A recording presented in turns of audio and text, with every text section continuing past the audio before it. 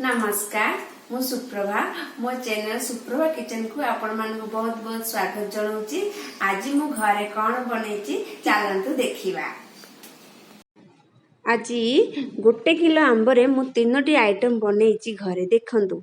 एटा र mango कंचा आंब पूरा टाण अच्छी आमे बैगन नहीं आपको बांग्लोर आंब बोली कहते आउ तुम कंचा आंब जो टाइप भी भेराइटी नहीं एटा टिके स्वीट रोची नहीं देखो तो मुझे कर भल से धोईकी काटी देकरी गोटे आंब ही नहीं 1/2 किलो आंबटा एटा ताकू पान मधुरी टी सोरिष तेल पकई पान मधुरी आ कला जीरा टी नहीं 1 किलो 1 चामच पान मधुरी आ कला जीरा टी नहीं भल से टिके भाजीला सब आंब को काटी आंब को पकई देछि ताकू टी घांटिला परे हळदी गुंड चामचटे आउ लूण चामचटे पकईछि।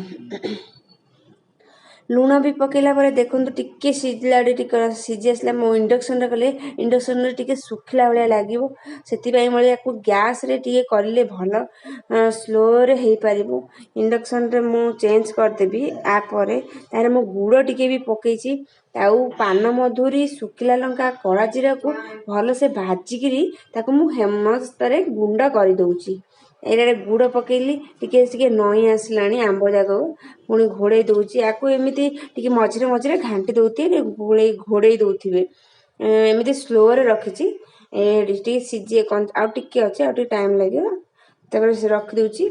मु जो गुंड करथिली तारे पकई देथिली हेडी एबे सीझी आसी कि हेई गलानी ताकू मु एबे काढी दउछि ठंडा हला परे आकू आमे जार रे भरी कर देबा।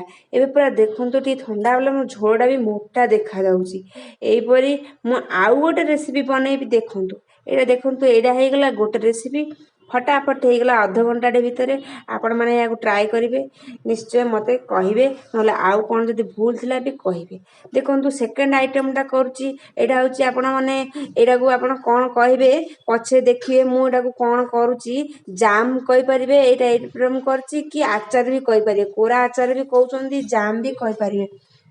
देखंतु मु कोरी देछि आंब को सफा करिकी चांचीकरी एमिति कोरा रे कोरी देछि पूरा गोटे आंब ए 1/2 किलो आंबटा ताकू मु कोरी देछि देखंतु केमिति पूरा गोटा गोटे देखाउची एरा टिके न लास्ट को टिके छोटो छोटो कोरा आसी जिवो ताकू टिके रोसे कलाडू टी पूरा नही जिवो टिके छोट छोट रे नही जिवो ताकू एरा 1/2 किलो आंबटा चोपा जाईकरी ले आरे 1/2 किलो चीनी आ गुड़ मिसेई 1/2 किलो पकाया पड़ियो चीनीटा पकेले येलो कलर देखा जाउची हलदिया हलदिया आउ एथिरे भी आपण माने चाहिए से पान मधुरी सोरिष नहीं कला जीरा पान मधुरी सुखिला लंका गुंड पकेले भल कलर मिसी आउ से लंका को भाजिक भी पकई पारे सुखिला लंका मु पकईची चीनी आ गुड़ भी पकईची गुड़ रे टिके कलर आसुची टिके पूरा देखो पूरा आचार भलिया पूरा मोटा झोल भलिया देखा जाउची पूरा जाम भलिया ये टिके समय रहिला परे पूरा जाम भलिया हे जाउची।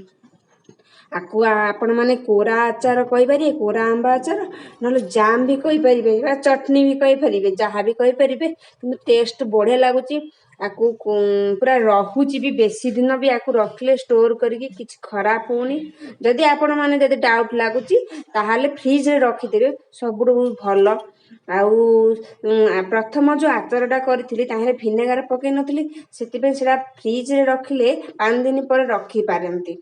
देखंतु एबे थर्ड आइटम टा बनाउची एई सेई गोटे आंब गोटे आंबरे गोटे आइटम केते बढ़िया लागे। देखंतु एटा आपण माने भात नॉर्मल भात खाइगिरी बोर लागिले जदी एई टाइप रे आपण करि परिबे।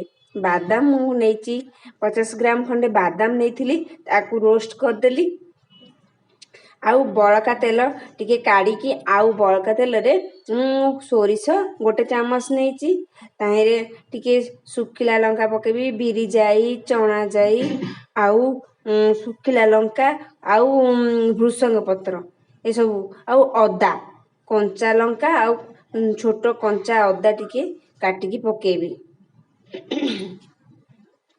देखंतु ये टिके रोस्ट करिया 1 मिनिट लागिवो टिके रोस्ट हे साला परे तापरे मु गोटे हेंगु टिके पकोची ଟିକେ ଅଳ୍ପ ହେଙ୍ଗୁ ଆଉ କୋରା ଯେଉଁ କୋରିଥିଲି ଆମ୍ବଟାକୁ ତାହିଁରେ ପକେଇ ଦେଉଛି।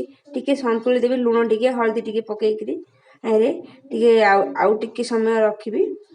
ଟିକେ ତାର ଟିକେ କଞ୍ଚା ଅଂଶ ଟିକେ ଗଲା ଭଳିଆ ଟିକେ ବାସ୍ନା ଆସିବ, ଟିକେ କଞ୍ଚା ଫ୍ଲେଭରଟା ଯିବ ଯେମିତି ଖଟା ବଢ଼ିଆ ଲାଗିବ। ଆମ୍ବ ତ କଞ୍ଚା ଆମ୍ବ ଏମିତି ବଢ଼ିଆ ଲାଗେ। ଏଇଟା ଏ ଆମ୍ବଟା ଗୋଟେ ମିଠା ଆମ୍ବ ବି ମୁଁ ଟେଷ୍ଟ କରିଥିଲି, ବଢ଼ିଆ ଲାଗୁଛି। ଏମିତି ହିଁ ମୁଁ ଖାଇ ଦେଇଥିଲି ଟିକେ ଟିକେ କାଢ଼ିକିରି, ଆଉ ଏତିକି କରିଦେଲି। ତାକୁ ଭାତ ହେଲେ ମୁଁ ଗୋଟେ ଗ୍ଲାସ୍ ଭାତ ପ୍ରେସରରେ କରିଥିଲି, ମୁଁ ଆକୁ ଟିକେ ସମୟ ଥଣ୍ଡା ରଖିଦେଇଥିଲି। ଗୋଟା ଗୋଟା ଦେଖାଯାଉଛି। ଆପଣମାନେ ଗାଳିକିରି ଭାତ ବି କରିପାରିବେ। ଆଉ ଭାତରେ ଆଗରୁ ଟିକେ ଲୁଣ ପକେଇ ଦେଇଥିଲି, ଆଉ ଏବେ ବି ତାହିଁରେ ଲୁଣ ଟେଷ୍ଟ ଅନୁସାରେ ପକେଇବେ। ମୁଁ ସବୁ ମିକ୍ସ କରୁଛି ଦେଖୁଛି। ଏବେ ଟିକେ ଗରମରେ ଟିକେ ଏପଟ ସେପଟେ ଟିକେ ନରମ ଦେଖାଯାଉଛି, କିନ୍ତୁ କିଛି ସମୟ ପରେ ଦେଖିବେ ପୁରା ଗୋଟା ଗୋଟା ଭାତ ଦେଖାଯାଉଛି, ପୁରା ଛଣଛଣିଆ ଭାତ ଦେଖାଯାଉଛି। ଆଉ ଖାଇବାକୁ ପାଟିକୁ ବି ବଢ଼ିଆ ଟେଷ୍ଟ ଆସୁଛି। ଏଇଟା ନରମ ବି ଅଛି ଭାତ, ଛୋଟ ପିଲାମାନେ ବି ଖାଇପାରିବେ, ଖୁସିରେ ଖାଇପାରିବେ। ଖାଲି ଭାତ ଖାଇବା ଅପେକ୍ଷା ଏଇ ଭାତଟା ବି ଖୁସିରେ ଛୋଟ ପିଲାମାନେ ଖାଇବାକୁ ଖୁସି ହୁଅନ୍ତି, ଆଉ ଭଲ ଲାଗିବ ବି। ଆପଣମାନେ ନିଶ୍ଚୟ ଏଇଟା ଟ୍ରାଏ କରନ୍ତୁ। ଇଜି ରେସିପି, ମୁଁ ତିନିଟା ଆପଣଙ୍କୁ ଯେଉଁ କହିଲି ଇଜି ରେସିପି, ଅତି ସହଜରେ କମ୍ ସମୟରେ ହେଇଯାଉଛି।